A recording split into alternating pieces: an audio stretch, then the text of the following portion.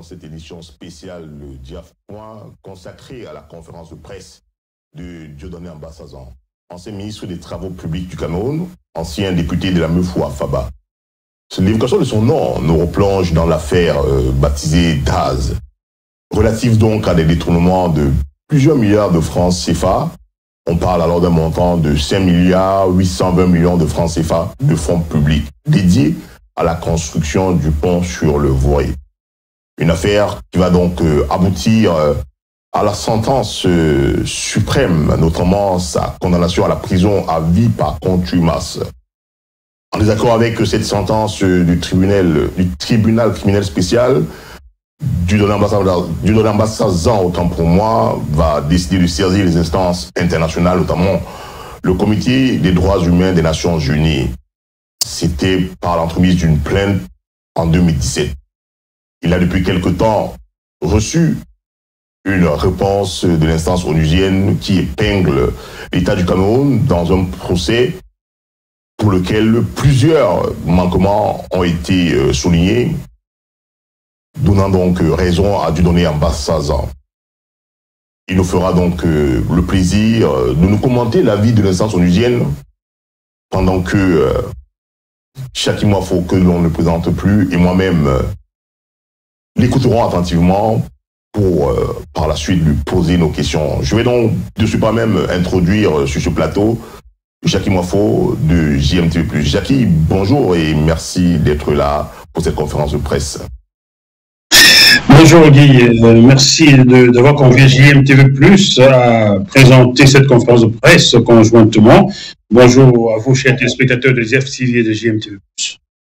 Voilà, donc après Jackie, nous avons donc le plaisir d'avoir ici Dieudonné Ambassazan lui-même, hein, qui est donc celui qui donne cette conférence de presse que nous avons simplement organisée pour qu'il puisse nous parler de sa plainte déposée aux Nations Unies. Bonjour Dieudonné et merci d'être là pour cette conférence de presse. Oui, bonjour à tous les téléspectateurs et les téléspectatrices de Diaf TV, de Prince Ngassa et de JMTV, de mon frère et ami Jackie Mwafo. Comme vous l'avez bien dit dans votre mot introductif, il s'agit d'une conférence de presse. Donc, le prétexte est la décision adoptée par le Comité des droits de l'homme des Nations Unies à la suite de la plainte que j'ai introduite. Cette décision a été adoptée le 14 juillet 2023. Elle m'a été notifiée par le truchement de mon mandataire et mon conseil juridique en novembre 2023.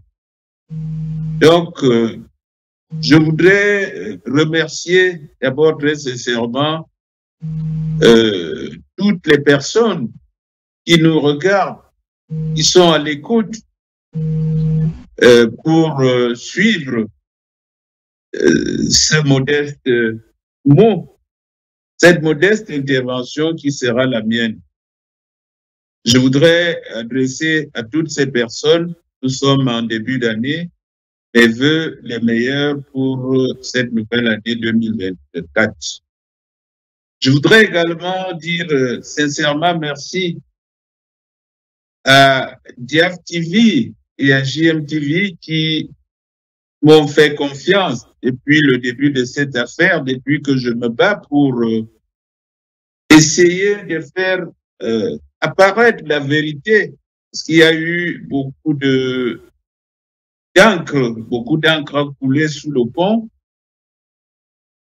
Les gens ont dit chacun ce qu'il voulait entendre.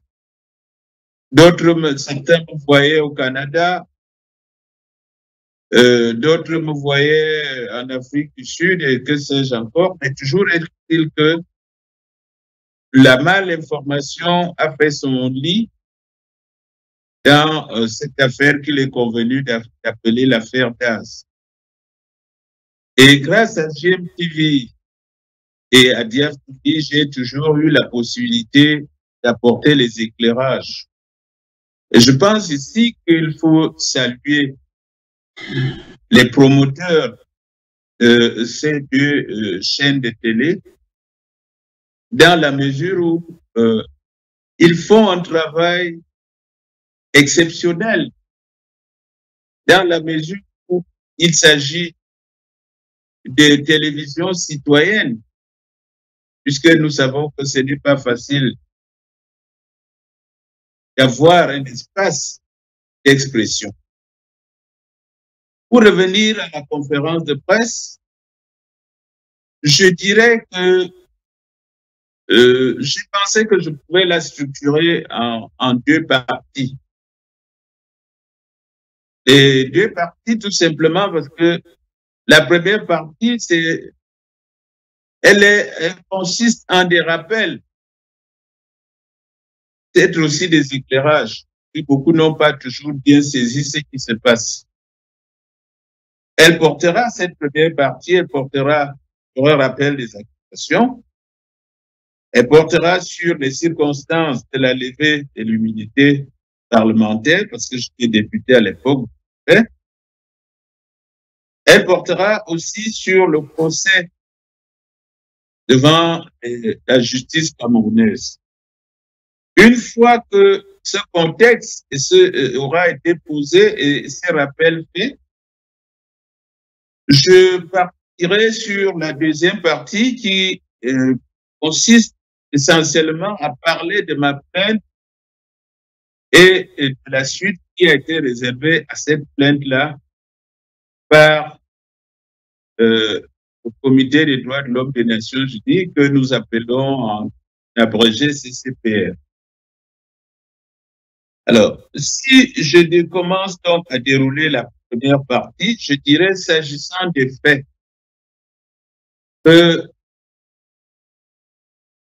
j'ai été nommé ministre des Travaux publics le 24 août 2002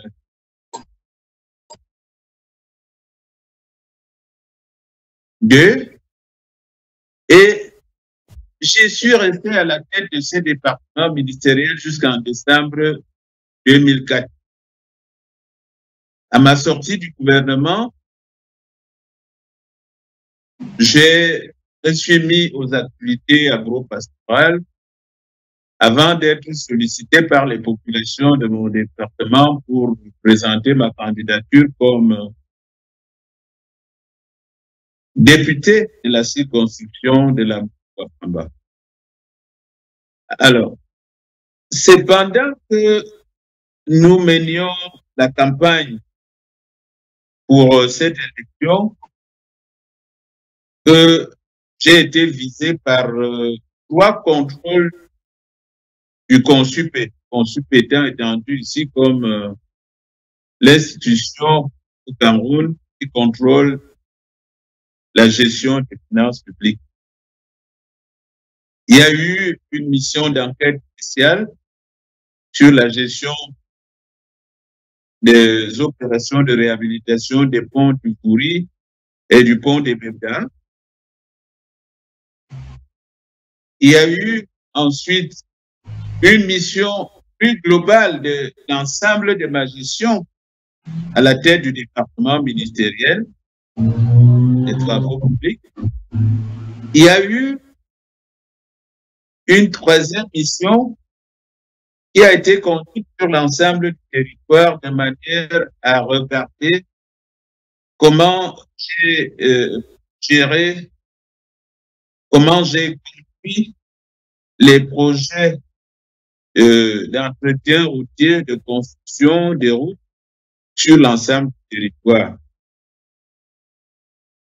À l'issue de ces différents contrôles, des rapports ont été dressés et les vérificateurs du contrôle supérieur de l'État ont mis à ma charge un certain nombre d'accusations particulièrement graves. Donc, concernant le pont de Kouri à Douala, concernant le pont sur la Sanaba à Ethiopia et bien d'autres points, parce que je ne vais pas m'attarder là-dessus. Toujours est-il que ces rapports ont été fusionnés et un compte rendu a été fait au président de la République par Zikri Masoma, qui était à l'époque ministre du contrôle supérieur. Et curieusement, parce qu'il faut bien que nos téléspectateurs et nos téléspectatrices sachent qu'il y a eu un vice de procédure. C'est le premier point. Vice de procédure parce que lorsque vous êtes gestionnaire des crédits et des fonds publics et que le consulat est déployé pour faire des contrôles, le rapport est d'abord adressé au Conseil de discipline budgétaire et financière, qui donc maintenant fait le tri entre les faits qui peuvent être considérés comme faute de gestion et les faits qui peuvent être considérés comme crime ou délit. Donc, en réalité, c'est cet organisme qui porte donc plainte au nom de l'État. Mais très curieusement et très paradoxalement, le ministre Etame Masoma, sans savoir pourquoi et pour quelles raisons, et ce qui l'a amené à nous faire, a immédiatement engagé une procédure devant la justice du Cameroun. À l'époque, c'était le tribunal de grande instance qui a été saisi. Et je dois dire que cette procédure a duré d'ailleurs jusqu'à ce que intervienne la création, je crois, en 2011, du tribunal criminel spécial. Donc, vous me poserez la question de savoir, lorsque les vérificateurs sont descendus sur le terrain, qu'ils ont fait leur rapport, est-ce qu'ils n'ont pas respecté la procédure contradictoire? Je dirais dans une certaine mesure. Mais je dois préciser que pour la mission d'enquête spéciale sur le pont de Kouri, le pont des BPA, cette procédure contradictoire a été ignorée. Pour les autres contrôles, j'ai reçu des demandes de renseignements, j'ai apporté des réponses, mais le sentiment qui est le mien, c'est que ces réponses n'ont pas été prises en compte. Je ne sais pas pourquoi, mais je dois quand même déjà à ce stade de relever que tout le monde le comprenne bien, que les vérificateurs n'ont pas la compétence pour contrôler et juger les aspects techniques des marchés publics dans le domaine de l'entretien et de la construction.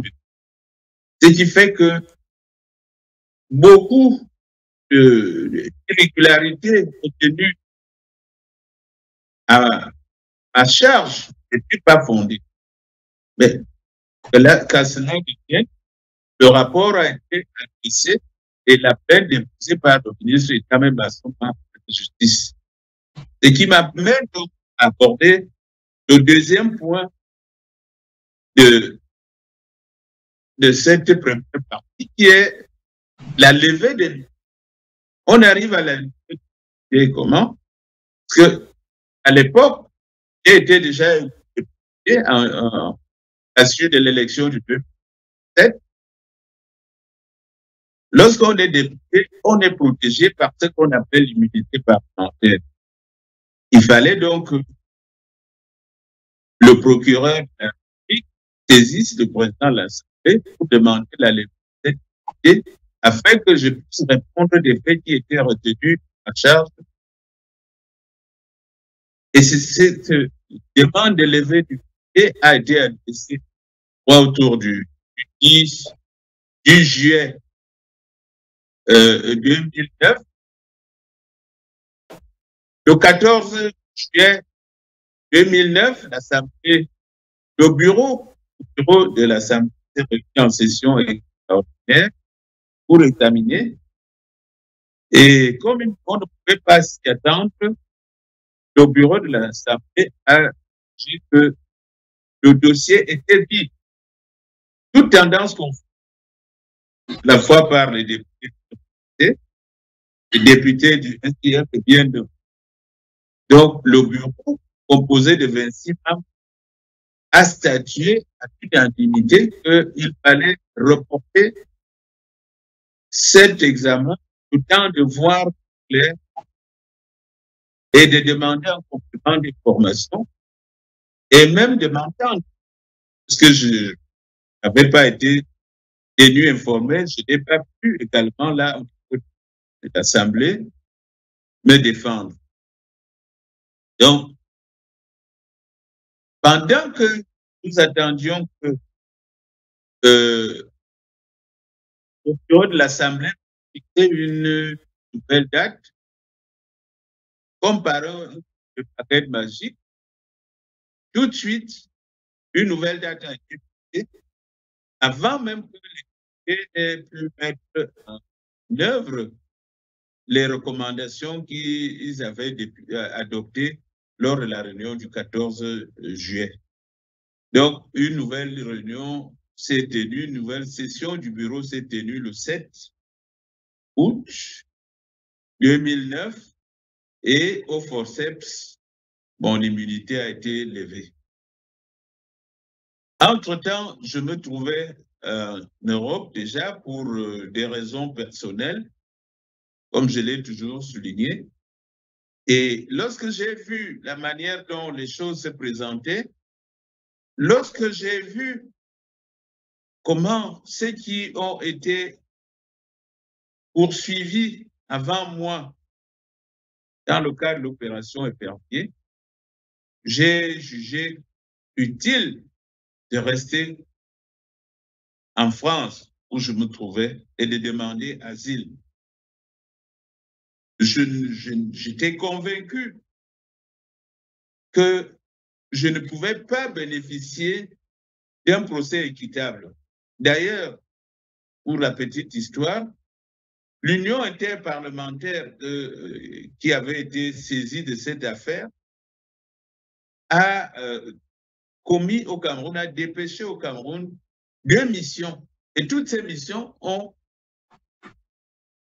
précisé, ont confirmé que je n'étais pas en mesure de bénéficier d'un procès équitable parce que ce qui régnait, comme l'Union, la mission l'avait souligné, c'était plutôt la présomption de culpabilité.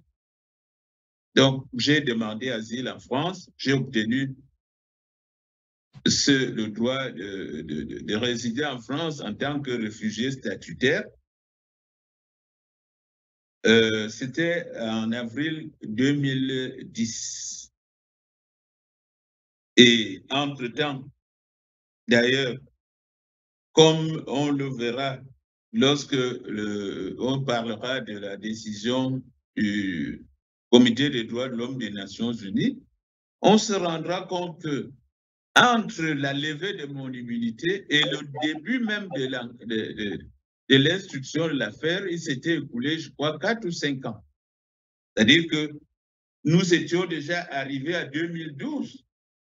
Donc, le Comité des droits de l'homme, comme je dis, nous reviendrons, s'est posé la question de savoir pourquoi fallait-il lever cette immunité, puisque M. Ambassa étant élu en 2007, son mandat s'est terminé en 2012.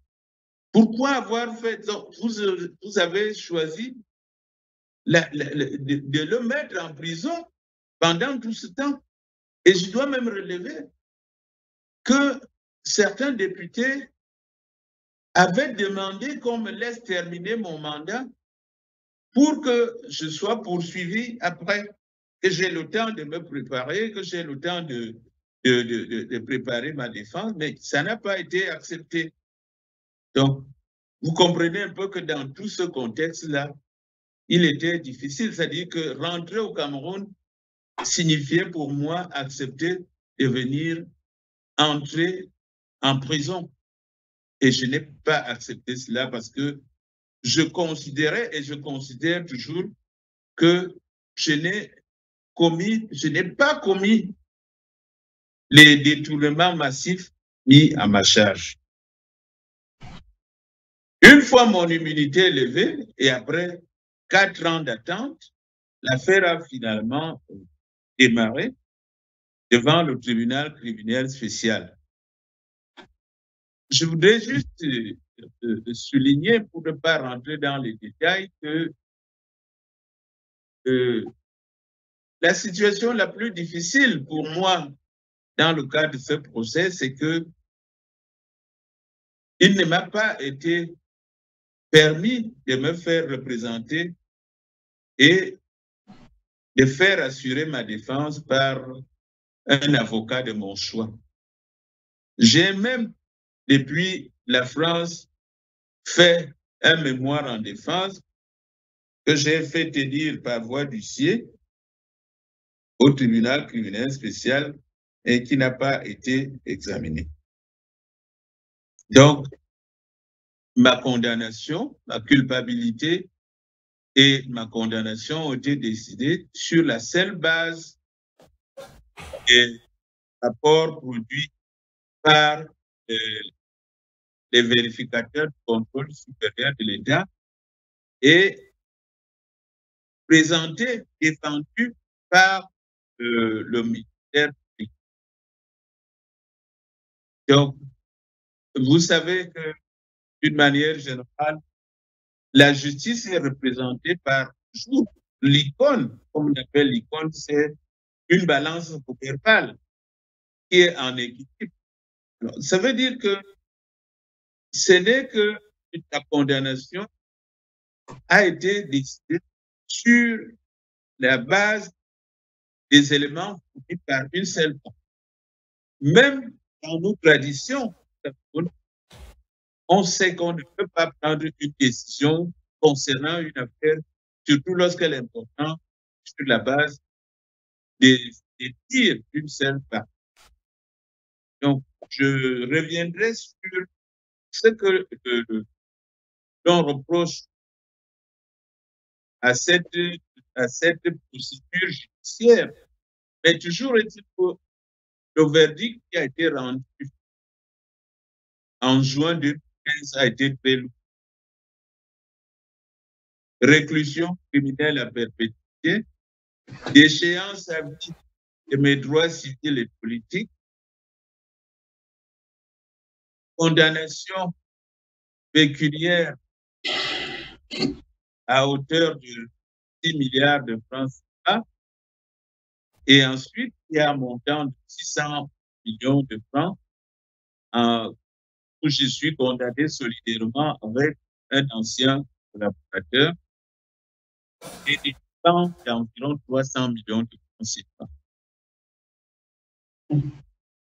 Contestant ce procès, j'ai fait introduire par mon avocat un pouvoir d'accession auprès de la section spécialisée de la Cour suprême. Ça a pris le temps, ça a pris. Toujours est-il que, in fine, la section spécialisée de la Cour suprême a jugé mon dossier recevable, mais il n'a pas examiné au fond. Et pour cause.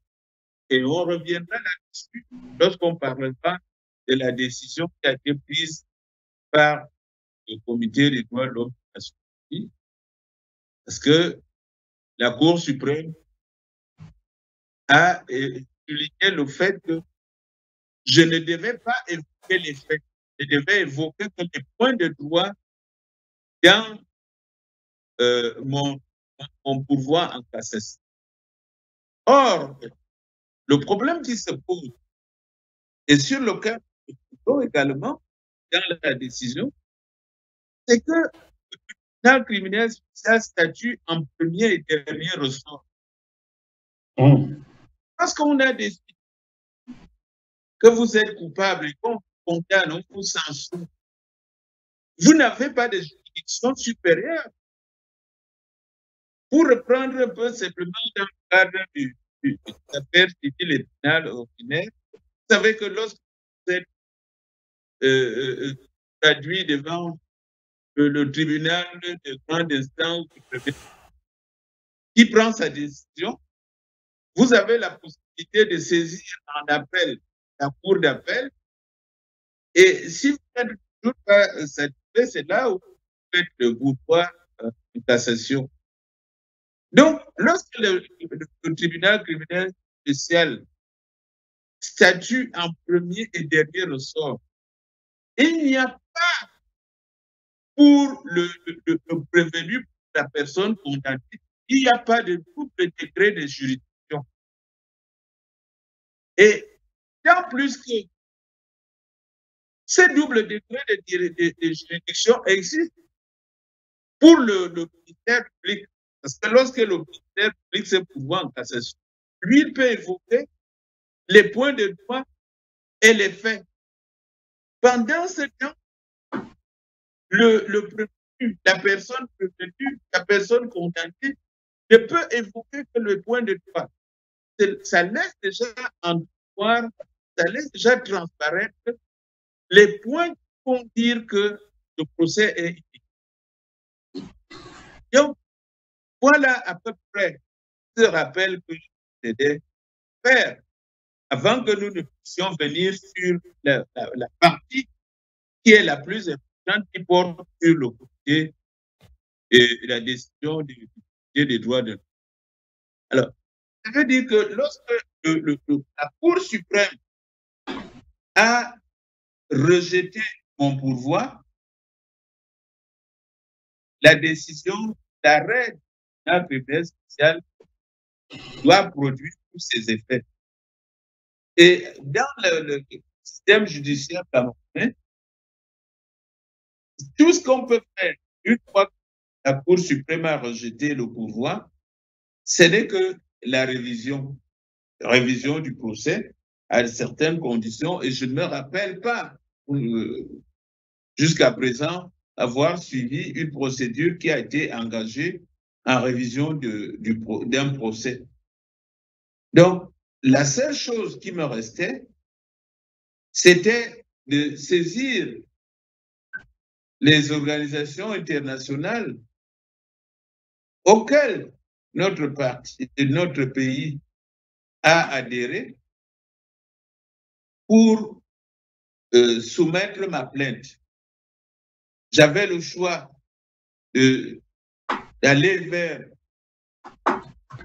l'Union africaine en vertu de la Charte africaine des droits de l'homme et des peuples. J'avais aussi le choix d'aller vers les Nations unies en vertu du pacte international relatif aux droits civils et politiques.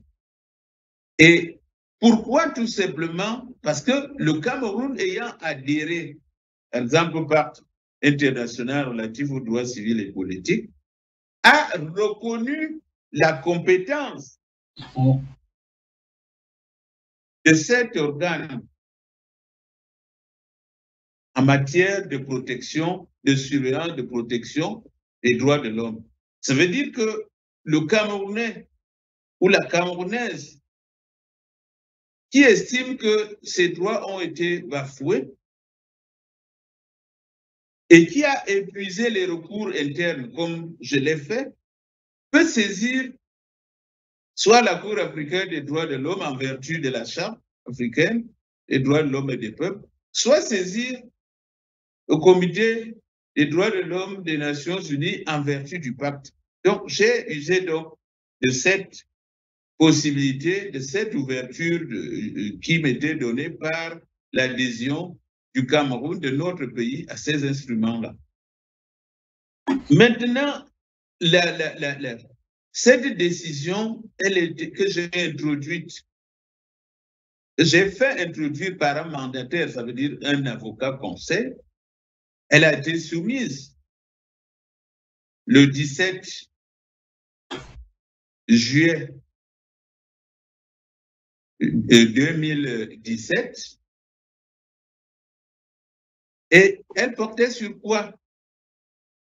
Le fond de ma plainte, c'était de dire que j'ai été victime d'un procès inéquitable.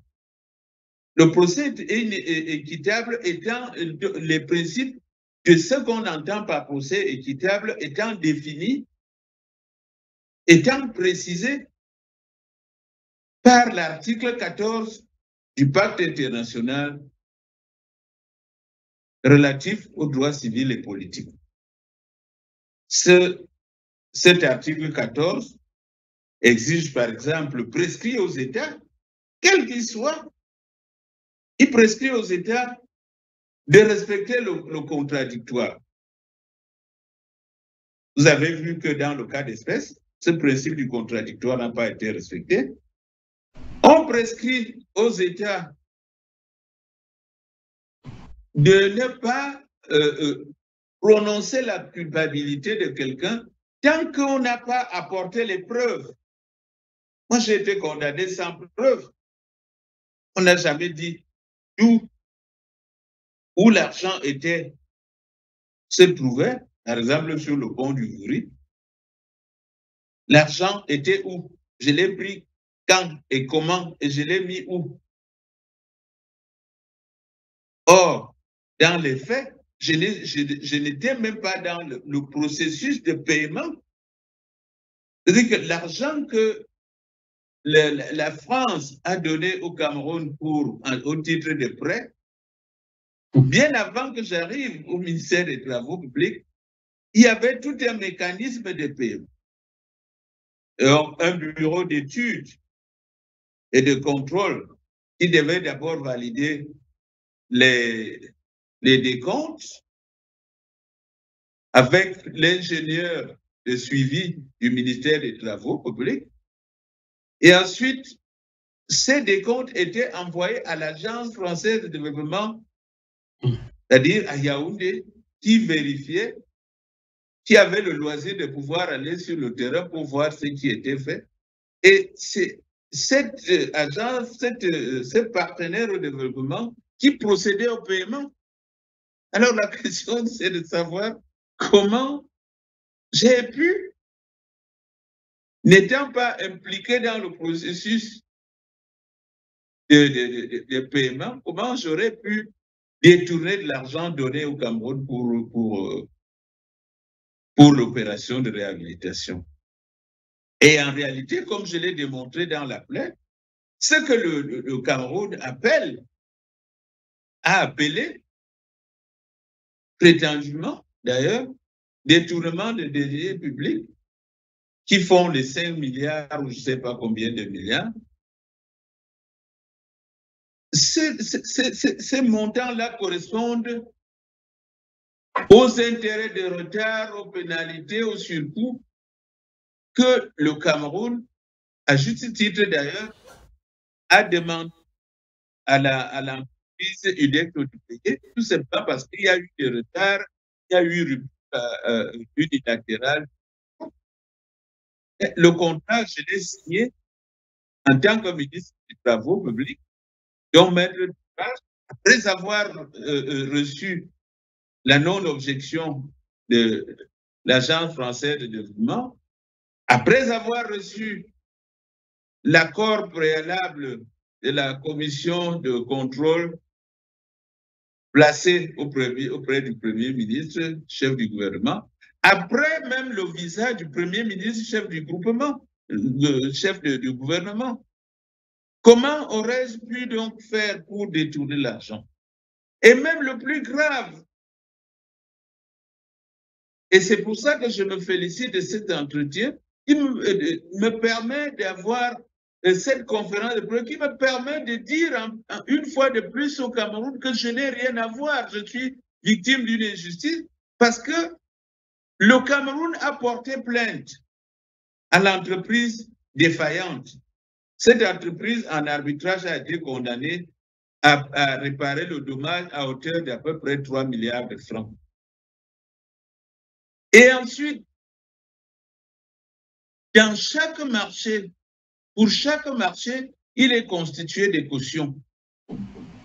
Caution de garantie, caution d'avance de démarrage des travaux, caution de... J'ai constitué toutes ces cautions à hauteur de 2,8 milliards à peu près de francs CFA.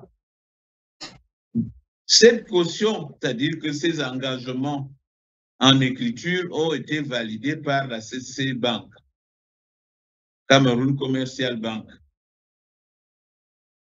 Et dès le mois de juillet 2006, j'avais été tenu informé avec des documents à l'appui que le ministère des Travaux publics, une fois que l'entreprise a été défaillante, a saisi la CC Bank et a demandé la mobilisation de ces cautions. 2,8 milliards.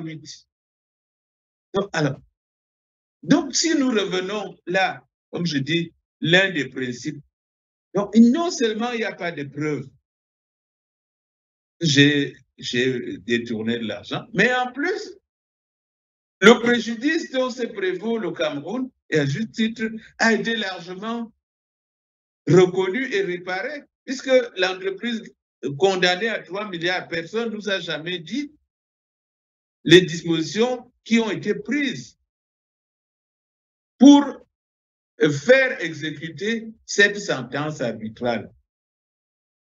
Personne ne nous a jamais dit qui a pris les 2,8 milliards de caution. Cet argent est parti où? Qu'est-ce qui en a été fait? C'est des choses qui doivent être dites aux Camerounais. J'ai même écrit aux organismes de surveillance pour leur dire, écoutez, je suis poursuivi, mais allez regarder, dites-nous un peu qui a pris l'argent mobilisé au titre des cautions données par l'entreprise Udecto, puisque ces cautions ont été mobilisées, c'est une réalité. Donc, voilà un deuxième principe. Le troisième principe qui n'a pas été respecté, c'est cette histoire de double degré de juridiction. Je l'ai déjà mentionné. Lorsque vous condamnez quelqu'un en première instance, il faut qu'il ait la possibilité de se référer à une juridiction supérieure qui réexamine les faits et la sentence et la culpabilité. Les faits et les points de droit. Je n'ai pas bénéficié de ces droits-là. Or, c'est un principe universel. Que vous preniez le pacte international relatif aux droits civils et politiques, que vous preniez la charte africaine des droits de l'homme et des peuples, c'est l'article 7, je crois, vous retrouvez les mêmes principes que vous soyez en Union européenne, hein, avec la CDH, que vous soyez du côté des Amériques, où il y a la Cour américaine et tout ça, vous retrouvez les mêmes principes. Donc, ça pose problème. Vous retrouvez le fait que les témoins qui ont été appelés, ça veut dire que les vérificateurs qui ont été sur le terrain, qui ont fait des rapports immanquables, ont été cités par l'État comme témoins. Mais ces témoins ne sont pas venus. Ces témoins ne sont pas venus. C'est-à-dire le chef de mission de contrôle n'est pas venu. Alors, on m'a condamné sur la base de quoi? Il y a des dispositions dans le code de procédure pénale qui voudrait que on contraindre le témoin qui a été condamné par le tribunal. Rien n'a été fait. Donc, je prends juste ces quelques exemples-là pour que les uns et les autres puissent comprendre pourquoi j'ai parlé de procès inéquitable. Et au-delà même de ça, il y a le retard. Que quand vous voyez comment cette affaire s'est passée, il fallu entre, je ne sais pas, de 7 ou 8 ans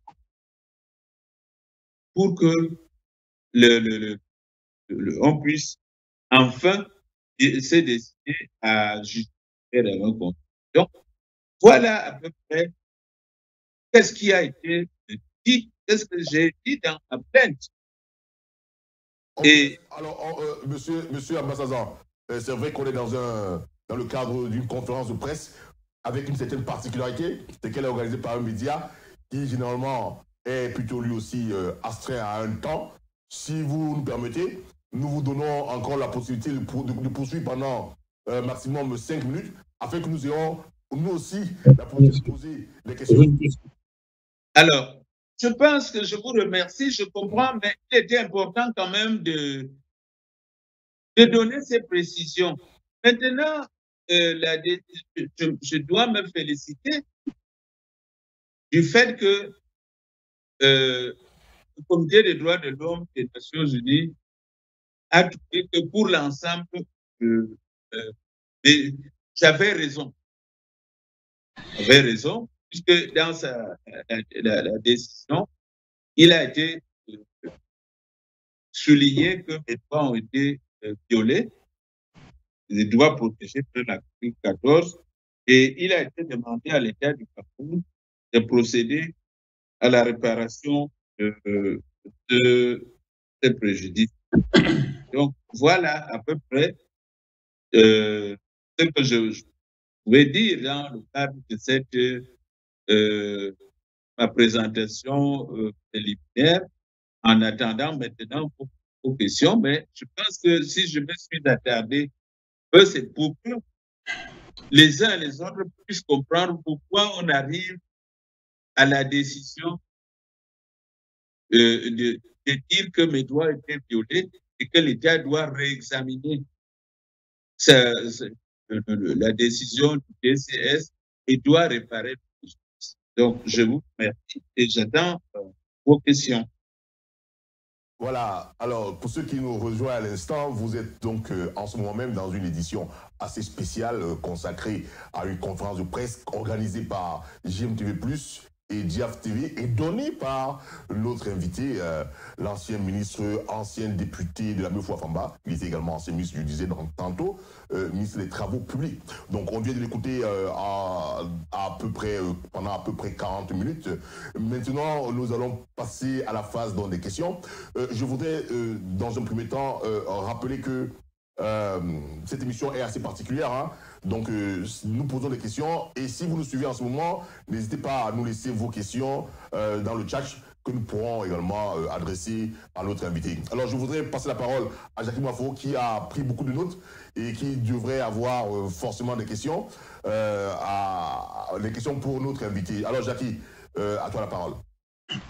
Merci beaucoup Guy. Rebonjour monsieur l'ambassadeur.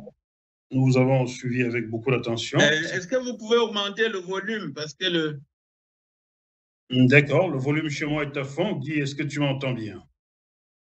Alors. Bon, on peut y aller. Très bien. Donc, merci monsieur Ambassadeur pour le déroulé hein, des événements. J'ai bien noté le retour sur les faits, les accusations, les circonstances qui ont mené à la levée de l'immunité, de votre immunité parlementaire, le procès au Cameroun a à peu près tronqué, la saisine par vous du comité des droits de l'homme des Nations Unies. J'ai noté la décision de ce comité-là en votre faveur.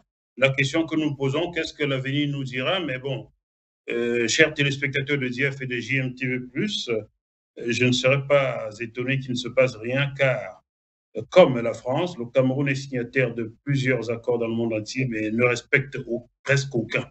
Voilà. Ce n'est pas que le Cameroun, là, j'ai dit comme la France, car la France est championne là-dedans. Ne dit-on pas que quelqu'un est le meilleur élève de l'autre. Mais, monsieur Zambassa, je retiens surtout que sur le fond comme sur la forme, en vous écoutant et en lisant ce que le comité des droits de l'homme des Nations Unies a... Je ne suis pas. Est-ce que la technique pourrait rétablir la bonne connexion? Alors donc, moi j'entends très bien. Hein. Oui, là maintenant j'entends. Est-ce que monsieur Ambassadeur, vous m'entendez? Oui, là je vous entends. Très bien, très bien. Alors je vais reprendre. Je ne sais pas jusqu'où vous m'aviez écouté. Je note bien que sur le fond, comme c'est reparti, hein. Bon, c'est la technique, chers téléspectateurs, pardonnez-nous, c'est parfois ça. Hein. Il y a des problèmes de connexion au Cameroun, comme dans plusieurs autres pays. Alors, vous êtes, monsieur Ambassadeur, nous donne cette conférence de Toulouse, c'est bien ça, monsieur l'ambassadeur? Hein? Oui, oui, oui. Bon, ben, la connexion dérange aussi parfois en France. Ouais, c'est pas qu'au Cameroun. Oui, ben, bientôt, vous allez nous contaminer, nous aurons même des délestages ici. Bon, donc, monsieur l'ambassadeur, je disais donc ceci sur la forme comme sur le fond. Au vu de ce que vous nous dites dans cette conférence de presse, au vu de ce que le comité des droits de l'homme des Nations Unies a rendu comme décision plutôt en votre faveur sur la forme, pas sur le fond, on se pose beaucoup de questions. La première, j'ai eu une série de questions, hein, comme a dit Guy, j'ai pris beaucoup de notes là. La première, c'est quel était l'intérêt de M. Etame Soma de court-circuiter les choses, de tronquer la règle dans ce genre de problème au Cameroun. C'était quoi son intérêt, selon vous? Alors, merci, monsieur Jackie Moafo. Je voudrais d'abord revenir un peu pour dire que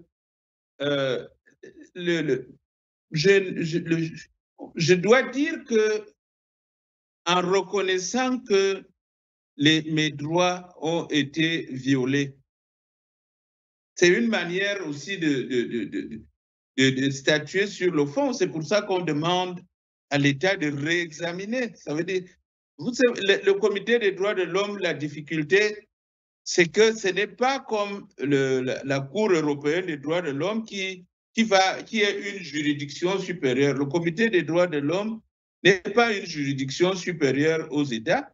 Lorsque cette institution onusienne constate que les droits ont été violés et qu'elle demande à l'État de réparer ce préjudice, je dois vous dire que le préjudice, la réparation est un terme englobant, c'est un concept et qui fait l'objet d'une résolution des Nations Unies. Dieudonné Ambassadeur. Oui, j'arrive. Vous êtes de Kola Famba au Cameroun, n'est-ce pas? Je suis d'un fou. D'un fou. Il y a les cellules là, les cellules, les poissons là, n'est-ce pas? Oui. Mais là, vous avez essayé de faire la cellule avec moi. Ma question était, quel serait l'intérêt de... Je vais arriver. Voilà. Parce que vraiment, je reviens. Permettez-moi juste une minute de dire que la réparation qui est prescrite à l'État du Cameroun, c'est parce que c'est une manière de dire que, à la fois, enfin, ce que je voudrais dire en quelques mots, c'est que j'ai gain de cause à la fois sur la forme et sur le fond, en un mot simple. Maintenant, pour revenir à la question que vous posez, moi, je ne saurais jamais dire pourquoi le ministre Etame Massoma a violé le droit positif camerounais, parce que cette affaire, elle n'a pas été seulement suivie, elle n'est pas seulement suivie par le Comité des droits de l'homme des Nations Unies, elle est suivie également par l'Union interparlementaire. Et l'Union interparlementaire a bien souligné que les procédures camerounaises ont été violées. Bon, maintenant, je vais dire, je n'ai rien à vous dire, je constate la violation des procédures et je m'en tiens à ça, je n'ai que mes yeux pour pleurer. Bon, monsieur ambassadeur, vous m'avez fait ça de cette façon-ci. Votre t-shirt est joli. Nous, je vous parle comme ça en étant à la primature à Yaoundé. Vous me dites, ce t-shirt, le jour où je l'ai acheté, je suis d'abord allé à Mimboban voir ma grand-mère qui voulait me donner une mangue. Après, je suis allé. Non, allez droit au but car nous sommes dans les médias, nous sommes tenus par le temps. Là, vous ne savez pas pourquoi monsieur Massoma a fait un peu du zèle. Maintenant, l'avez-vous jamais rencontré? En avez-vous jamais discuté avec lui en tête à tête ou par écrit? Je voudrais vous dire que lorsque je me suis retrouvé avec 3 contrôles parallèles en même temps, je suis allé rencontrer M. Etame Massoma chez lui. Il est vivant. Je m'étais fait accompagner à l'époque par quelqu'un qui le connaissait bien, qui avait des relations parce qu'il était son beau-frère. Je lui ai parlé, il me dit non, mais allons le voir. Je suis allé voir le ministre Etame Massoma chez lui à Bastos. Je lui ai posé la question, mais monsieur le ministre, est-ce qu'il y a un problème en Bas-Sazan? Il me dit pourquoi? Parce que je lui dis, mais je ne comprends pas. 3 contrôles en même temps. Contrôle, mission d'enquête spéciale sur le Vouri et le pont de Bebda. Un deuxième contrôle sur ma gestion au ministère des Travaux publics et on repart contrôler encore le pont du Vouri et le pont de Bebda, la gestion. Et une troisième mission sur l'exécution du budget d'investissement sur l'ensemble du territoire. Il y a quoi concrètement? Il n'a pas pu me répondre, ce monsieur-là. J'ai beaucoup de respect pour tout le monde, mais je dis que quand vous rendez compte que vous vous retrouvez avec 3 contrôles sur le dos en même temps, vous vous posez quand même des questions. Il m'a dit, je vais rassurer. J'ai dit, je ne suis pas venu vous voir pour demander une faveur quelconque. Je veux tout simplement que je bénéficie du traitement qui est prévu par la loi. Je me rends compte malheureusement que ce monsieur ne l'a pas fait. Très bien. Il ne l'a pas fait. Je dois dire les choses comme vous dites, je dois dire les choses comme elles sont. Et bon, monsieur David Silfrid Etame Massoma, si vous écoutez ce programme, je suis sûr que vous allez écouter, sentez-vous libre de nous contacter si vous voulez prendre la parole, car nous ne sommes pas des justiciers, nous sommes des journalistes, nous voulons juste comprendre comment on en est arrivé là. Avec ta permission, Guy, j'ai une autre question avant de te passer la parole.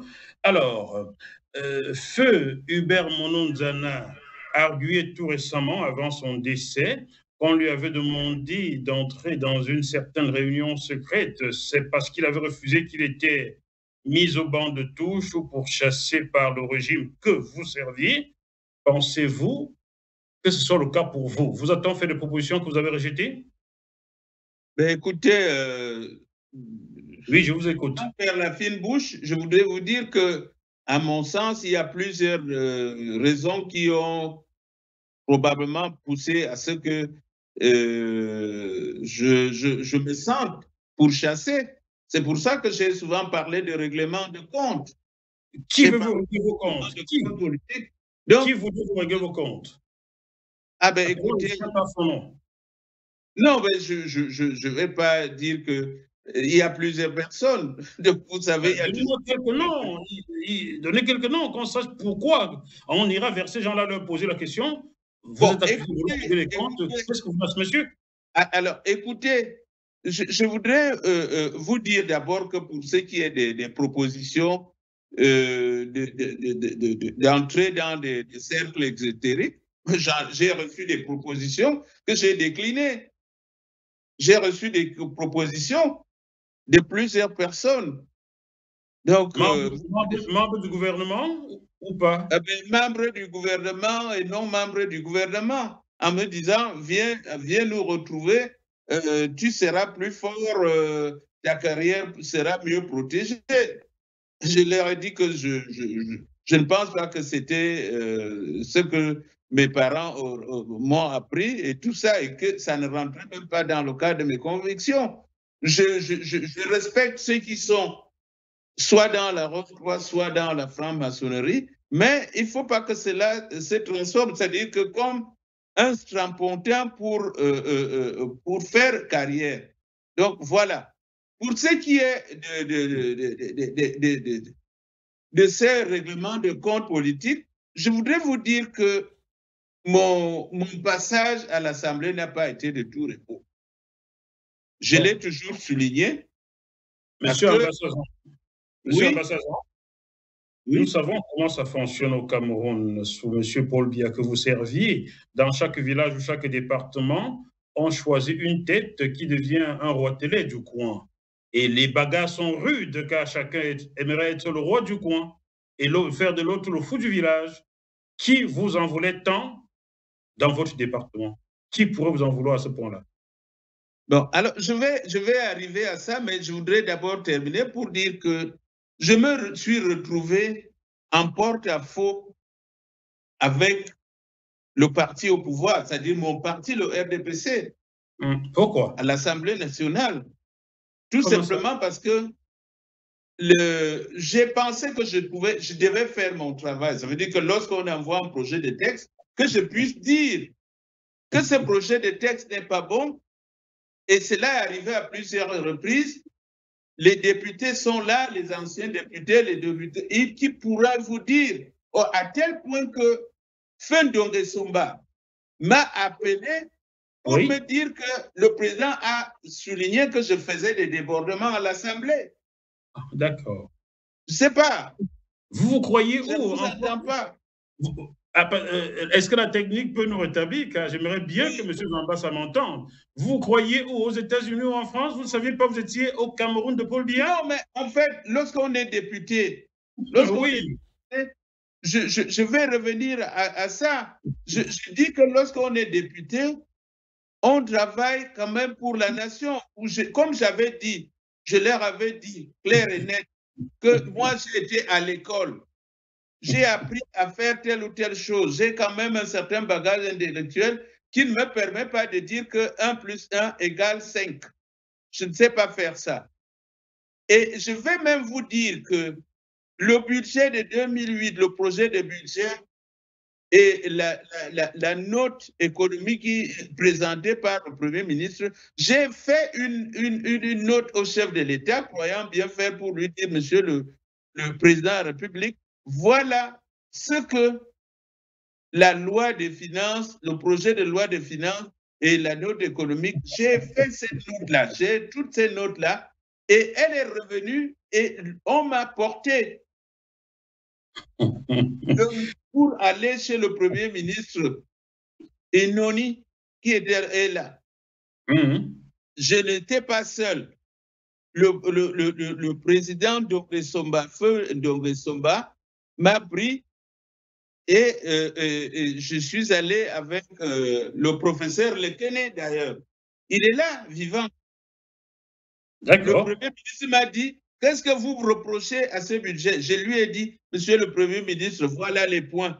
Et c'est ces points-là qu'on retrouve aujourd'hui.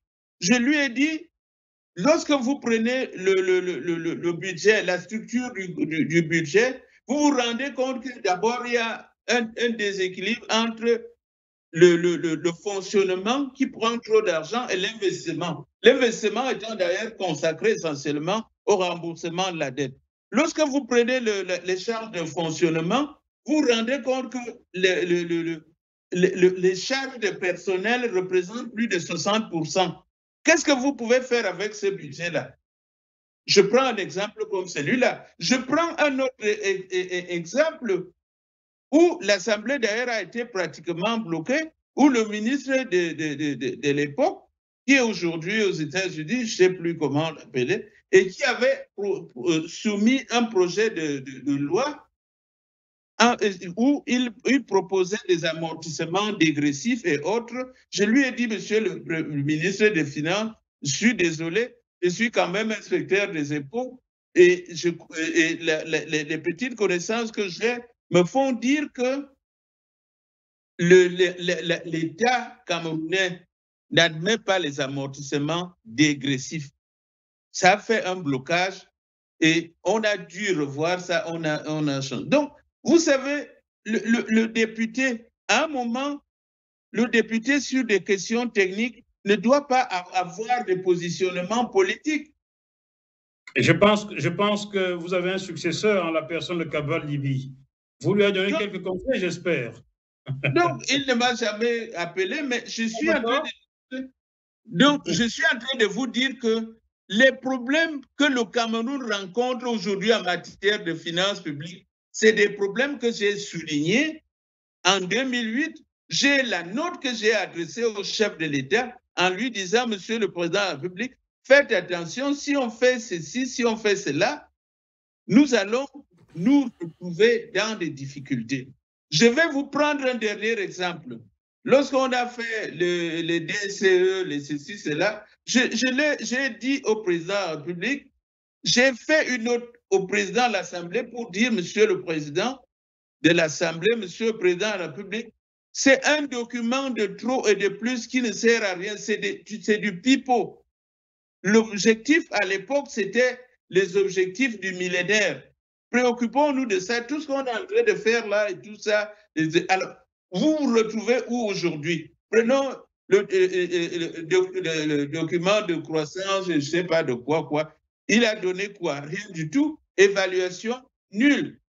Nous sommes aujourd'hui à la SND 30 qui respecte ça. Il n'y a pas de lien entre ces documents-là, ces objectifs de politique économique et les budgets qui sont adoptés par les départements ministériels. Autre chose que je voudrais souligner et que j'avais dit à l'époque, c'était que lorsqu'on parle de DSE, lorsqu'on parle de SND 30, ce sont des proclamations politiques, ça relève de l'Assemblée nationale.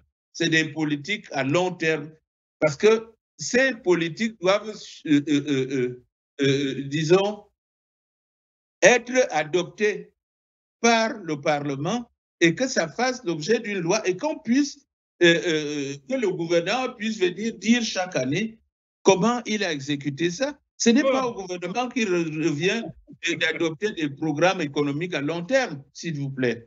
Bon, Monsieur Zambassa, connaissez-vous Maxime Le Forestier, le chanteur? Oui. Vous auriez dû naître ailleurs, car vous étiez dans le mauvais pays. Vous n'étiez pas la bonne personne pour le pays. Bon. Mais c'est ce qu'on m'a dit, que je n'avais pas ma place là.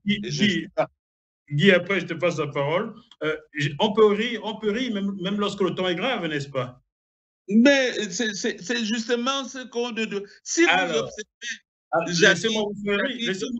Oui, je vais vous recevoir en présentiel, hein, c'est pas fini, c'est très peu là. Il va falloir que vous veniez à Paris. Nous avons des choses, votre marmite est pleine, nous devons cuisiner bien votre marmite là. Il va falloir venir. Le principe est accepté, mais je voudrais dire que véritablement, lorsque vous observez l'Assemblée nationale aujourd'hui, est-ce que vous n'avez pas l'impression qu'il y a une espèce de démission? Bon, tous les députés vont dire, leurs femmes leur disent, écoutez, si vous allez parler là-bas, vous avez vu comment on a frappé Ambassadeur. Vous avez vu? De toute façon, Monsieur Ambassadeur, cela fait 25 ans que j'ai quitté le Cameroun. À mon époque, quand j'y étais, je connaissais les députés qui dormaient et qui se réveillaient pour applaudir. Point. Je ne connaissais pas un qui faisait quoi que ce soit. Nous Donc, avons moi, je crois. Alors, vous avez parlé tout à l'heure de Cabral Libi. Mais Cabral Libi, ils sont combien? C'est-à-dire que j'ai dû subir la fronde même des députés du RDPC avant qu'ils ne comprennent que le travail que j'étais en train de faire, ce que je voulais faire. J'ai même proposé, j'ai toutes ces notes-là écrites, j'ai proposé, j'ai dit, faisons une espèce de brainstorming qui fait que les ministres, lorsqu'ils ont des projets de loi, projets de ceci et tout ça, qu'ils travaillent avec ce brainstorming qui est la crème des députés du RDPC avant d'apporter à l'Assemblée. Est-ce que cela a été fait?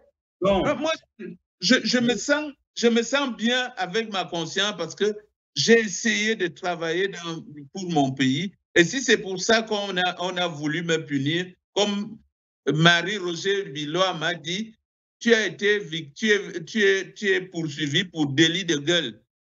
Voilà. Il ne faut pas dire ça, on pourrait la poursuivre aussi. Bon, vous avez quelque chose en commun avec Amadou Ahidjo. Vous savez quoi? Non? Vous êtes comme lui. Vous êtes condamné par contumace. Vous avez choisi un avocat comme lui avait choisi Maître Charrier Bournazel, que je salue, et on n'en a pas voulu au Cameroun. Vous allez finir comment là? Au Sénégal ou au Cameroun? Bon, Guy, je vais finir au Cameroun, c'est mon souhait, parce que justement, vous avez posé la question sur l'avenir. Moi, l'avenir, c'est quoi? L'avenir, c'est que mon pays reconnaisse, sache qu'il a pris des engagements vis-à-vis des organisations internationales et qu'il doit respecter ces engagements-là. Lorsque d'autres pays reçoivent des décisions du Comité des droits de l'homme des Nations Unies, ces pays-là s'exécutent. Le Sénégal, le cas Karim Wade. En France, on ne peut même pas imaginer que les Nations Unies prennent non, je vais vous contredire là. La dame qui avait dénoncé les cachotteries d'argent de Jérôme Cahuzac est malmenée en France aujourd'hui. J'ai fait un TikTok là-dessus tout récemment et elle-même a fait un TikTok que j'ai publié sur le TikTok GMTV+.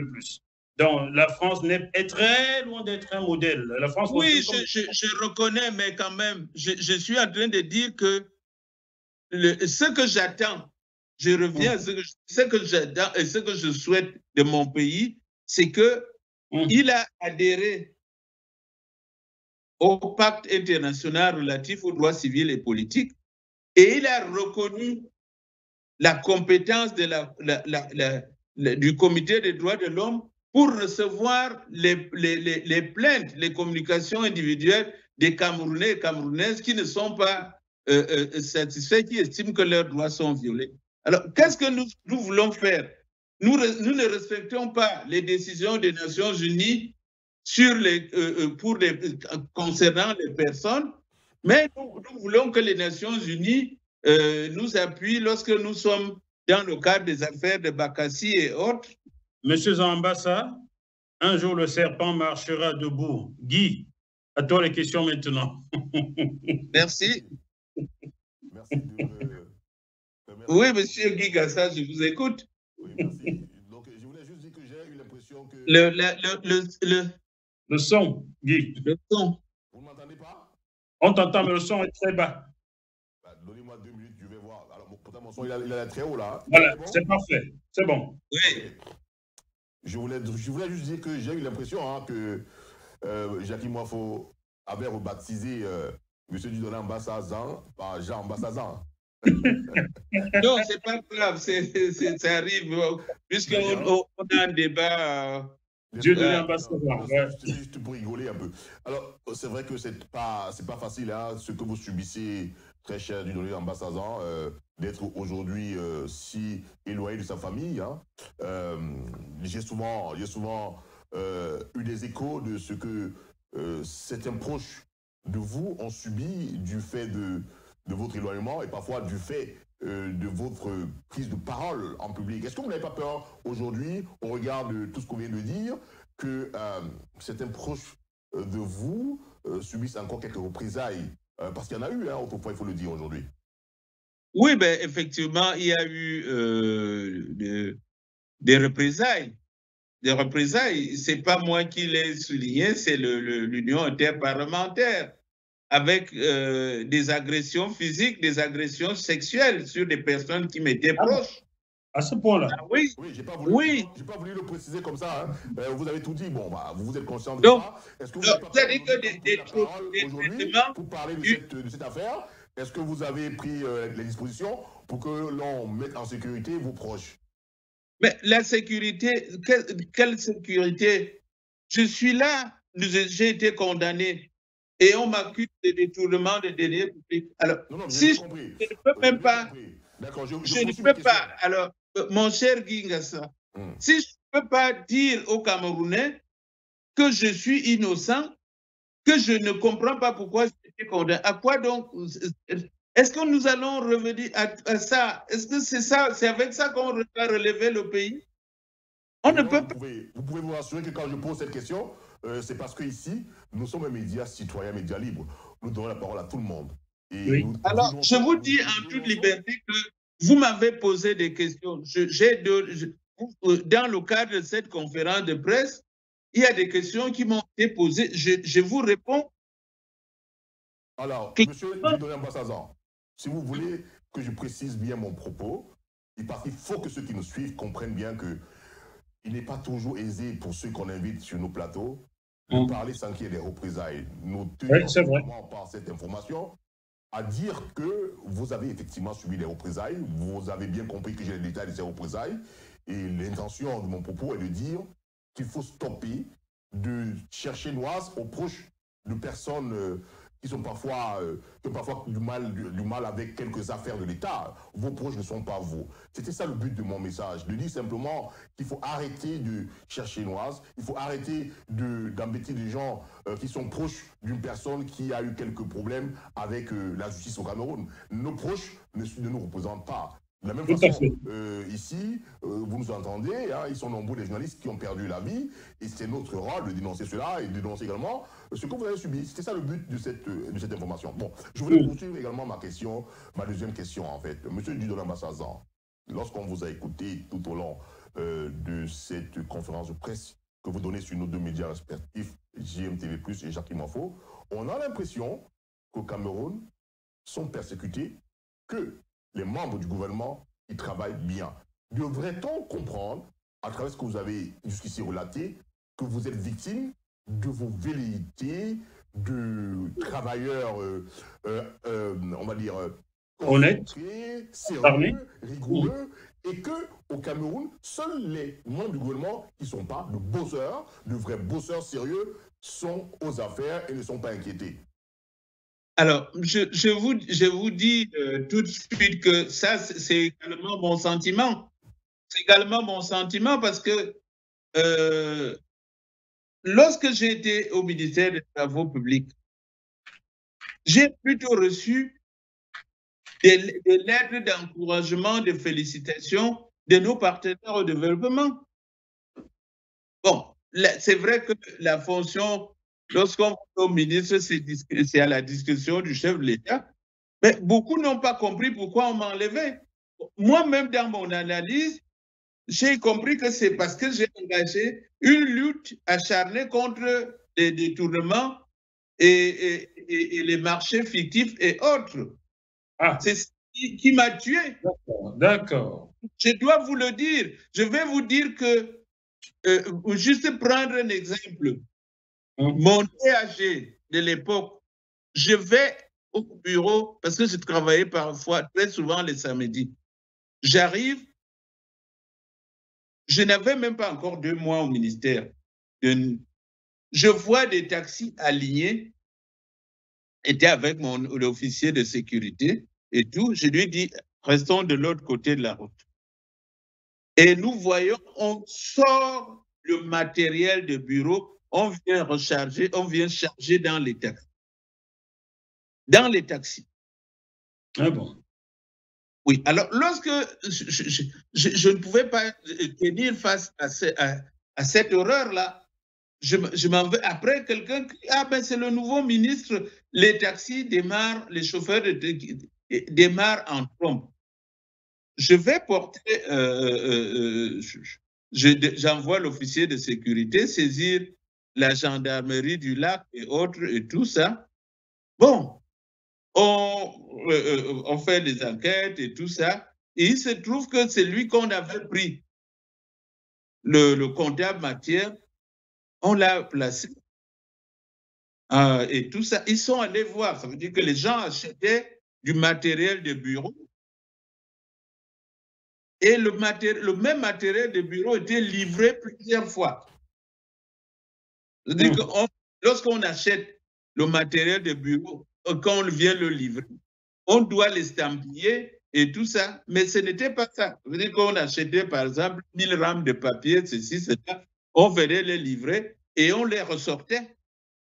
Alors, pour aller livrer ailleurs. Entendu. Il faut qu'on avance pour nos questions. J'ai bien compris, effectivement, ce sont des pratiques assez mafieuses que nous dénonçons régulièrement. Donc, je vous laisse juste une minute. Allez-y, donc rapidement. Est-ce que vous savez que j'ai eu du mal. Parce que lorsque j'observe ça, je prends une décision pour suspendre le DHD, puisque c'est lui-même qui est venu me voir pour me dire que oui, c'est moi qui ai envoyé, je voulais aider. Et je lui dis, mais vraiment, est-ce que c'est comme ça qu'on fait? Je n'ai même pas encore 2 mois. Je lui dis, bon, manque de confiance, je suis obligé de vous suspendre. Est-ce que vous savez que c'est plutôt moi qu'on a tapé sur les doigts? Ah bon? Ah bon? C'est l'histoire de Jésus. Il a fait du bien, on l'a quand même tué. Monsieur Ambassadeur, Jackie, juste pour que je finisse ma série de questions là, rapidement. Monsieur Ambassadeur, donc vous confirmez qu'au Cameroun sont aujourd'hui généralement en poste ceux qui ne travaillent pas bien, ceux qui sont généralement complices de certaines pratiques un peu curieuses, voire mafieuses. Est-ce que vous pouvez donc, une fois qu'on a convenu de cela, nous dire si un ministre camerounais aujourd'hui, y compris vous qui étiez ministre autrefois, peut justifier son train de vie? Sinon, comment expliquer leurs avoirs, leurs biens? On vous écoute. Ben, écoutez, la Constitution est là. La Constitution, je crois que c'est l'article 66. Cet article 66 n'a jamais été l'objet d'un texte d'application. Alors, qu'est-ce que vous voulez? Il y en a qui sont riches. Moi, j'ai fait plus de 25 ans de carrière à des hautes fonctions. Je n'ai même pas pu terminer la construction de la résidence où je pouvais me retrouver. Moi, je dis tout ça. C'est pour ça que nous avons besoin de médias comme les vôtres. Parce qu'il y a des choses qu'il faut dénoncer. C'est ce genre de choses, cet enrichissement. Mais personne ne contrôle cet enrichissement. Vous êtes en train de nous dire que vous également, ministre, vous vous étonniez de venir des avoirs, des biens immobiliers, de la richesse de vos autres collègues ministres? Même jusqu'à aujourd'hui, est-ce que vous n'êtes pas surpris? Ce n'est pas nécessairement les ministres. Hein. Les ministres ne sont pas... Moi, j'avais des collaborateurs... On n'a aucun problème avec les hommes d'affaires, M. Ambassadeur. On n'a aucun problème avec les hommes d'affaires. On parle là des gens qui sont au service, n'est-ce pas, des Camerounais, qui sont des administrateurs civils, qui sont des ministres, des gens du gouvernement. Je ne parle pas des hommes d'affaires. Les biens matériels qu'ils ont. Parce que la question finale que j'ai à vous poser, c'est est-ce qu'on peut être ministre comme vous l'avez été, M. Ambassadeur, et ne pas avoir quelques bisbilles avec de l'argent? Parce qu'on a l'impression qu'au Cameroun, le gouvernement de Paul Biya, une fois qu'il vous donne un poste de ministre, il sait qu'il vous tient. Est-ce que vous n'étiez pas, vous aussi, tenu en tant que ministre? Et donc, par conséquent, est-ce qu'ils n'ont pas des choses contre vous qui puissent justifier qui vous êtes traduit, non pas au Conseil, n'est-ce pas, au Conseil des affaires financières et administratives, mais plutôt au tribunal spécial? Je vous écoute. Mais écoutez, je voudrais vous dire que moi, j'ai grandi et j'ai été élevé dans la peur, le respect de la chose publique. Donc, c'est pour cela que j'ai mis en place des mesures, justement, pour éviter de tomber dans ce mal de l'enrichissement illicite. Et j'étais en train de vous dire que, savez-vous qu'au ministère des Travaux publics où j'étais, il y a même jusqu'à aujourd'hui, ministère des marchés publics, ministère des Travaux publics, vous aviez des directeurs plus riches qui ont des richesses qui n'ont rien à voir avec le ministre. Donc, ce n'est pas uniquement une affaire de ministre, c'est une affaire de toutes les personnes qui sont là et qui sont à des postes où ils peuvent avoir accès à des procédés et à des procédures pour se faire de l'argent. Donc, moi, je dis aujourd'hui, la corruption au Cameroun, c'est un mal public, c'est un mal endémique. Et nous ne pouvons lutter contre cela qu'en mettant en place une certaine transparence, en mettant en place l'application de l'article 66, ce qui n'est pas le cas aujourd'hui. Et il ne faut pas qu'on, sous le protège, dans le cadre de l'opération Épervier, qu'on aille prendre quelques petites brebis galeuses pour donner un exemple, alors que tout le monde connaît qui ignore au Cameroun, qui a quoi et qui fait quoi. Qui ignore. Mais c'est difficile. Entendu. Jackie Wafo, il faut qu'on avance sur les questions parce que le temps passe. Jackie. Oui. Alors, Monsieur Ambassadeur, Hein, c'est bien ça. Je n'ai pas dit Jean, hein, j'ai dit ambassadeur. Cézanne. Dieudonné. Bon, j'ai bien noté. Hein. Alors, vous avez évoqué le préjudice aujourd'hui du Cameroun qui a été reconnu et réparé à hauteur de 3 millions plus 2, donc 5 milliards. Hein, 5 milliards par l'entreprise qui était incriminée. Est-ce que vous le confirmez? Mais je ne peux pas prendre le risque de venir parler publiquement devant des chaînes de télévision sérieuses alors que j'ai des documents. J'ai la sentence arbitrale rendue à Paris. J'ai des documents. J'ai des documents de la CCIBA parce que quand je partais du Cameroun, j'ai pu avoir des informations crédibles. J'ai même ces documents qui montraient que le Cameroun avait, le ministère des Travaux publics, je ne sais pas, au ministère des Finances, avait déjà perçu 1,8 milliard sur les 2,8 milliards qui faisaient l'objet de caution. Je ne peux pas venir parler. Je vous dis même que j'ai écrit comment on appelle cet organisme, c'est la NIF ou non? Il y a le pasteur, je ne sais pas qui là. Bien, monsieur Ambassadeur, il y a quelques années, 3 années en arrière, Maître Lydienne Eyoum passait sur JMTV+, et vous pointez du doigt, comme l'État du Cameroun semble encore vous pointer du doigt aujourd'hui. Si le préjudice a été reconnu, ça veut dire que si l'entreprise qui a causé le préjudice au Cameroun a été jugée, condamnée et a réparé ce préjudice-là, pourquoi vous poursuivez encore? Justement, c'est ça la question. C'est ça la question. Un même préjudice ne peut pas être réparé.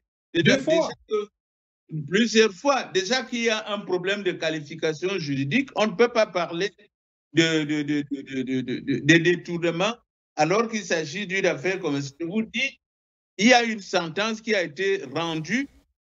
J'ai la copie de cette sentence-là, je vous le ferai tenir copie.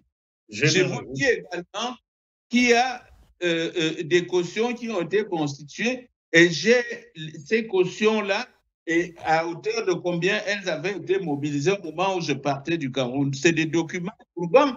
Je ne parle pas, je ne peux pas. Ma dernière question. Oui. Ma dernière question, Dieudonné Ambassadeur. Le Cameroun de l'éternel Paul Biya, que vous serviez, est-il un pays de droit?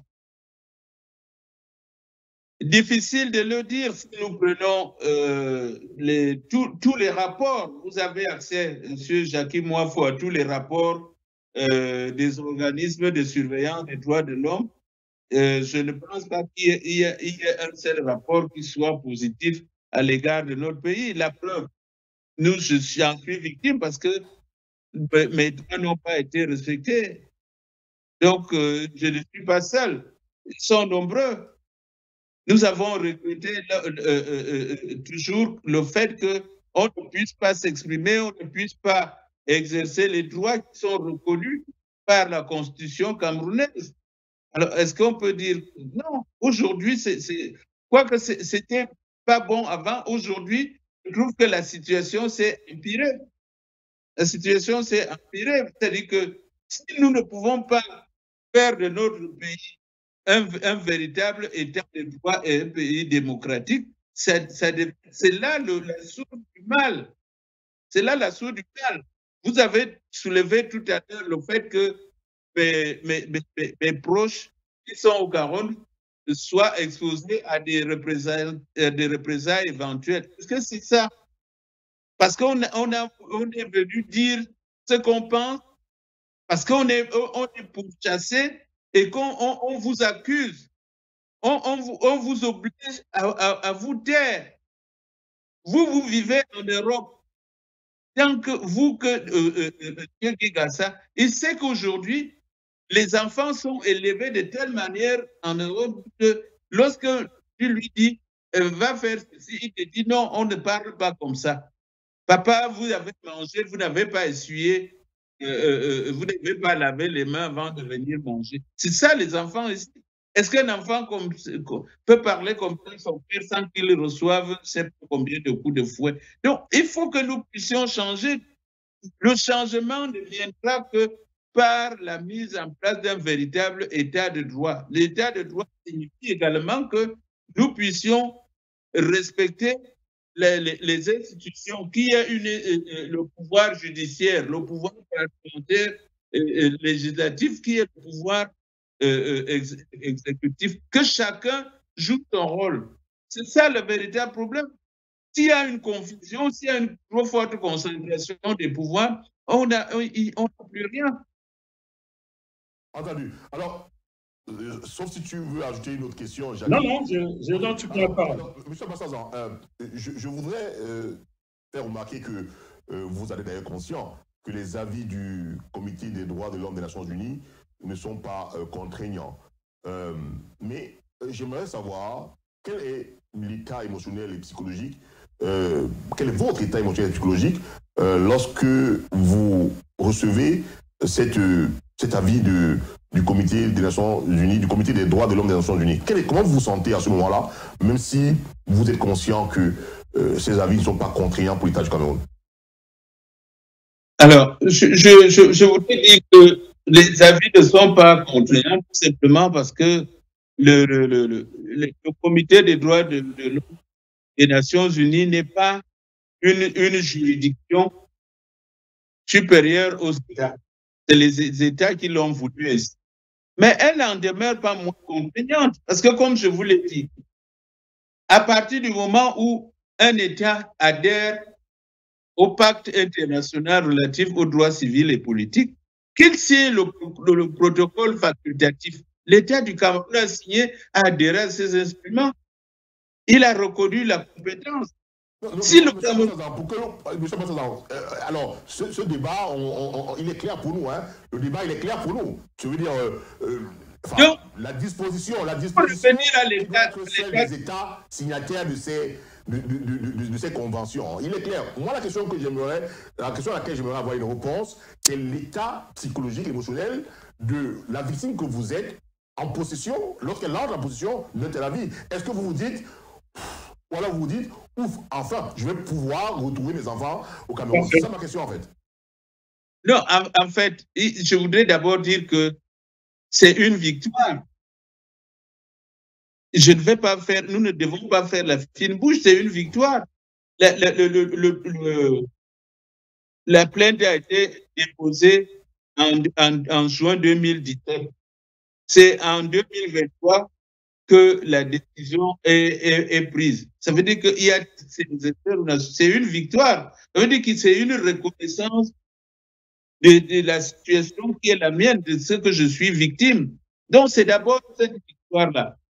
Ensuite, l'état psychologique, dans ma tête, je vois la possibilité de respirer comme homme libre, c'est-à-dire que je sois débarrassé de cette condamnation.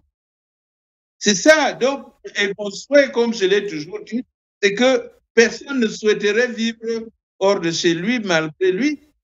C'est-à-dire que même si que ce soit un choix, que même si je dois rester encore un peu en France et tout ça, mais que j'ai la possibilité de pouvoir aller au Cameroun, de voir ma femme, de voir mes enfants, que j'ai la possibilité, lorsque Dieu m'aura rappelé, qu'on puisse aller m'enterrer sur la terre de mes ancêtres. Donc, je dis, je suis dans une perspective positive.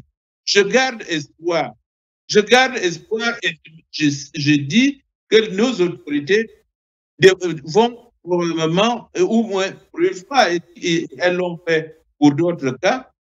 Je dis, pourquoi ne pas, dans ce qui me concerne?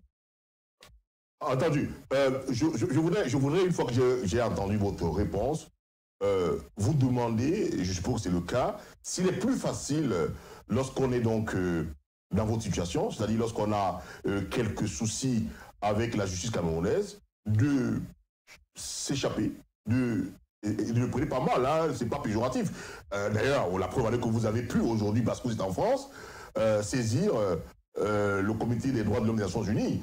Est-ce que vous direz aux Camerounais qui font un bon travail au Cameroun et qui, pour une raison parfois kafkaïenne, doivent faire face à la justice, qu'ils ne devraient pas hésiter de sortir du pays parce qu'il y aura moyen de pouvoir obtenir comme vous, et comme par exemple Kami Wade, une espèce de justice de la part des Nations Unies, par exemple, hein, c'est-à-dire des instances internationales. Vous dites quoi? Je pense que cette question vous a été posée autrement, mais moi je vous la pose différemment. Est-ce qu'on devrait hésiter de sortir du Cameroun lorsqu'on fait face à des situations compliquées avec la justice camerounaise et qu'on se dit qu'on n'a rien à se reprocher? Ou alors, il faut affronter la justice camerounaise parce que c'est un peu les questions qui nous avaient été adressées. On vous accusait de refuser d'affronter la justice camerounaise que, généralement, dans votre situation de ministre, vous trouvez juste, vous trouvez équitable. Mais une fois en mal, vous dites qu'il n'y a pas de justice et qu'il faut voir, par exemple, ce que disent les rapports des institutions internationales. Je vous écoute là-dessus. Écoutez, c'est une décision personnelle, c'est-à-dire je ne peux pas... Non, d'une manière générale, on a vu par exemple l'ancien ministre des Finances qui s'est également évadé, hein, il est aujourd'hui aux États-Unis. Mais c'est pas Messi, c'est pas lui. Emmanuel Lazare, il s'appelait soit Tanto Lazare, soit Lazare, soit Emmanuel. Il avait été nommé avec un prénom qui ne lui appartenait pas. C'est un peu pour ça que je reviens sur la boutade. Lazare ou Emmanuel et Simi Meunier. Il est parti et qu'il a pu également échapper à la justice de son pays. Alors que chaque fois, tous proclament que la justice est équitable et qu'ils ont confiance en la justice du Cameroun. Mais une fois qu'ils ont des problèmes avec cette justice, paf! Ben non, la justice n'est plus honnête, non? Non, c'est pas ça. Je voudrais que nous soyons objectifs lorsqu'on parle de ça, parce que c'est une question... Que nous ne sommes pas en parlant de ça? En posant ces questions, vous avez l'impression qu'on n'est pas objectif là? Non, ce n'est pas ça. Je dis, c'est pas à vous que je m'adresse. Je dis que lorsqu'on parle de cette question-là, vous savez pertinemment, comme moi, qu'il y a des rapports qui ont été faits par différentes personnes, à la fois au plan national et international, qui indexent la justice camerounaise. C'est une réalité. Ça, je l'ai compris. Vous avez posé cette question-là. Ma question est simple, monsieur. Oui, mais c'est ce que je suis en train de vous dire. Est-ce que vous pensez qu'aujourd'hui, il faut partir du Cameroun lorsqu'on a quelques soucis avec la justice camerounaise et qu'on se dit qu'on ne se reproche rien, de rien? Je suis en train de vous dire que j'ai pris une décision personnelle. Je ne peux pas la transposer au plan général en disant aux gens partez du Cameroun parce que ce serait comme inciter à la rébellion. J'ai pris une décision personnelle. Il faut être docile parce qu'il faut être docile à un État, à une nation qui est sans État de droit. Vous parlez de rébellion, est-ce un gros mot pour vous? Non, mais c'est pas sans droit, sans justice. Non, mais écoutez, mon cher ami Guy, je suis en train de dire que je suis parti du Cameroun et je ne suis pas rentré parce que j'ai eu la conviction et cela a été confirmé parce qu'il y a une mission de l'Union interparlementaire qui a confirmé que je ne pouvais pas bénéficier d'un procès équitable. Maintenant, je ne vais pas étendre la décision qui a été décision personnelle pour dire aux gens, dès que vous êtes confronté à la justice, il faut partir. Parce que cela me sera reproché. Je peux être poursuivi pour ça. C'est-à-dire que des situations au Cameroun qui sont poursuivis de ne pas affronter. Si c'est une décision personnelle, qu'est-ce que vous voulez que je vous dise? Mais je ne vais pas la transposer au plan général pour dire aux gens allez-y, partez du Cameroun et autres. La preuve, c'est que c'est compliqué. Je ne peux pas. C'est une décision. Je laisse Jackie, je te laisse la parole. Guy Gassapi, ne sois pas naïf, tu sais que ceux qui servent le régime d'IA, même emprisonnés, lorsqu'ils sortent de prison, ils reprennent immédiatement une carte du RDPC et se rallient. Donc, essaie de comprendre, monsieur Dieudonné Zambassa, d'accord? Non, ne faites pas. Je ne voudrais pas qu'il y ait ce lien-là. Monsieur Jackie, je pense que j'ai servi mon pays, comme je l'ai toujours dit. C'est vrai, quand je sors de l'ENAM, je n'étais pas rien. Ce n'était pas le président actuel. C'est vrai que j'ai été distingué par rapport à d'autres jeunes. Je suis devenu ministre et tout ça. Mais cela ne veut pas dire que tout est rose et tout. Et puis, qui vous dit que si je reviens au Cameroun, je vais reprendre une carte DPC ou bien je vais refaire la politique? Je ne suis pas sûr. Ma vie est autrement. Vous ne pensez pas que j'ai payé un lourd tribut? Si je reviens au Cameroun, je vais servir mon pays, mais d'une autre manière. Je ne suis pas quelqu'un qui court derrière les postes politiques. Je vais reprendre Bon, ça peut être possible, mais je ne pense pas que ce soit là mon objectif. Non, je dis tout simplement que la personne qui est confrontée à la justice doit faire elle-même son analyse, savoir si elle est capable d'affronter la justice ou si elle n'est pas capable d'affronter. Moi, dans mon cas, j'ai pensé que je n'étais pas en mesure et la suite m'a donné raison. Voilà tout ce que je dis, mais je ne peux pas transposer cela pour le développer au plan général. Vous pensez pas que je n'ai rien à reprocher au RDPC? Depuis que je suis là, plus de 15 ans en exil, les gens qui ont été les plus durs à mon encontre, c'était les gens du RDPC. Alors, vous pensez que j'ai beaucoup d'atomes crochus encore ou d'acquaintances avec eux? Non.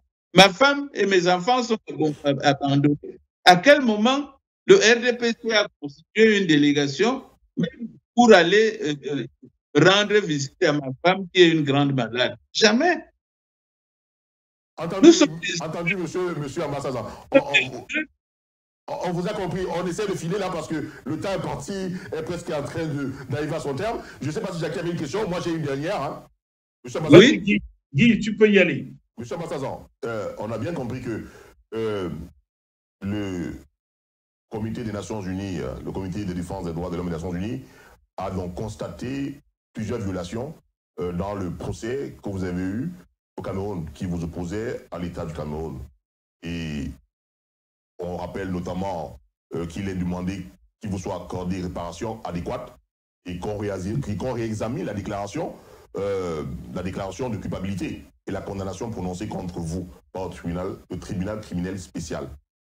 Il a surtout été demandé, il a surtout été exigé qu'un délai imparti de 80 jours, autant pour moi, l'État du Cameroun communique au CCPR, autant pour moi, les renseignements sur les mesures prises pour donner effet à cette constatation. Nous sommes aujourd'hui le 23 janvier 2024. Est-ce que votre conseil vous est revenu au sujet de la prise en considération, ne serait-ce que de l'information par l'État du Cameroun? Ou alors, le Conseil des Nations Unies envoie ces informations également à l'État du Cameroun? Qu'est-ce qu'il en est concrètement? Écoutez, le délai qui est imparti court à compter de la date de notification. Donc, ce n'est pas... je suis parti, si je peux dire, au procès entre guillemets, au même titre que l'État du Cameroun. Donc, lorsque la décision est adoptée, elle est notifiée à mon mandataire, qui est mon avocat. Elle est notifiée aussi au Cameroun par l'État du Cameroun, puisque l'État du Cameroun, pour rappeler, est à Genève, a une mission diplomatique. Il y a deux missions diplomatiques à Genève. Il y a une mission diplomatique par rapport à nos relations avec l'État helvétique, mais il y a également une mission diplomatique qui est placée auprès, qui a pour compétence le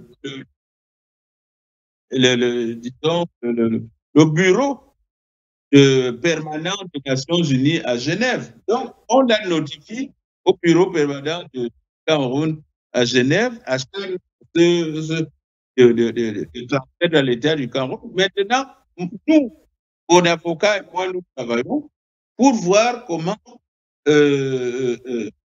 amener, comment œuvrer pour que ces mesures soient mises en œuvre. Nous travaillons sur le volet réparation parce que, comme je vous le disais, Si vous allez regarder la résolution des Nations Unies sur la réparation, je crois que c'est A60/147, elle dit ce qu'on entend par réparation. Ça veut dire qu'il y a par exemple la restitution. Si on avait saisi mes biens, il faudrait bien les restituer. Il faut me restituer ma virginité politique, c'est-à-dire que lever la déchéance, faire ceci, cela.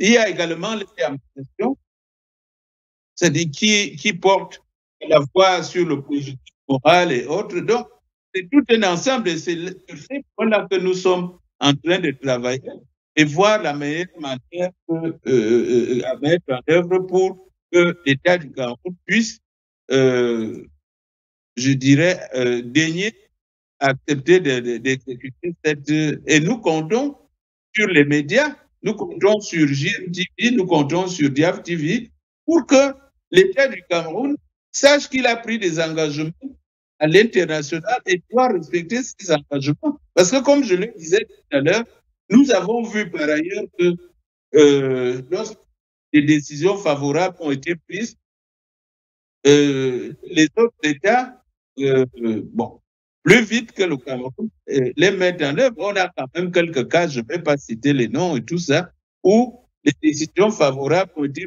prises et que, tant bien que mal, le président de la République a décidé d'accorder des grâces présidentielles. Donc, voilà. Entendu. Alors, voilà, pour moi, les questions sont finies, sauf si Jackie avait une dernière. Nous sommes presque arrivés au terme de cette émission. Je vais laisser à Jackie Moifo pour avoir introduit cette conférence de presse que vous avez donnée, qui était modestement organisée par JMTV+, et Diaf TV. Je vais laisser dans le mot de fin à Jackie. Merci beaucoup, Guy. Chers téléspectateurs de Diaf TV, chers téléspectateurs de JMTV+, c'est grâce à vous que nous fonctionnons. Sans vous, il n'y aurait pas de médias. Donc, je commence par vous remercier pour vos aimables attentions. Je remercie également M. Dieudonné Ambasazan de nous avoir éclairé sur cette situation que je qualifierais de kafkaïenne. Mais bon, il y en a tellement au Cameroun qu'on ne sait plus où mettre la tête. Je vous souhaite d'avoir gain de cause, M. Dieudonné Ambasazan, afin qu'un jour nous nous retrouvions à Yaoundé autour d'un bon sanga ou d'un bon pomme avec du bon vin de palme, dans la paix, et, entre tous les peuples du Cameroun. On se retrouve, chers téléspectateurs, sur ce même média conjoint, JMTV+, Diaf TV, qui fonctionne comme le Cameroun devrait fonctionner, avec un autre invité dans quelques jours. D'ici là, malgré la situation extrêmement compliquée, gardons quand même la banane. À bientôt. Merci. Merci encore à vous, Dieudonné Ambasazan. Merci, merci. Il n'y a plus rien à ajouter. Merci. Au revoir. Au revoir.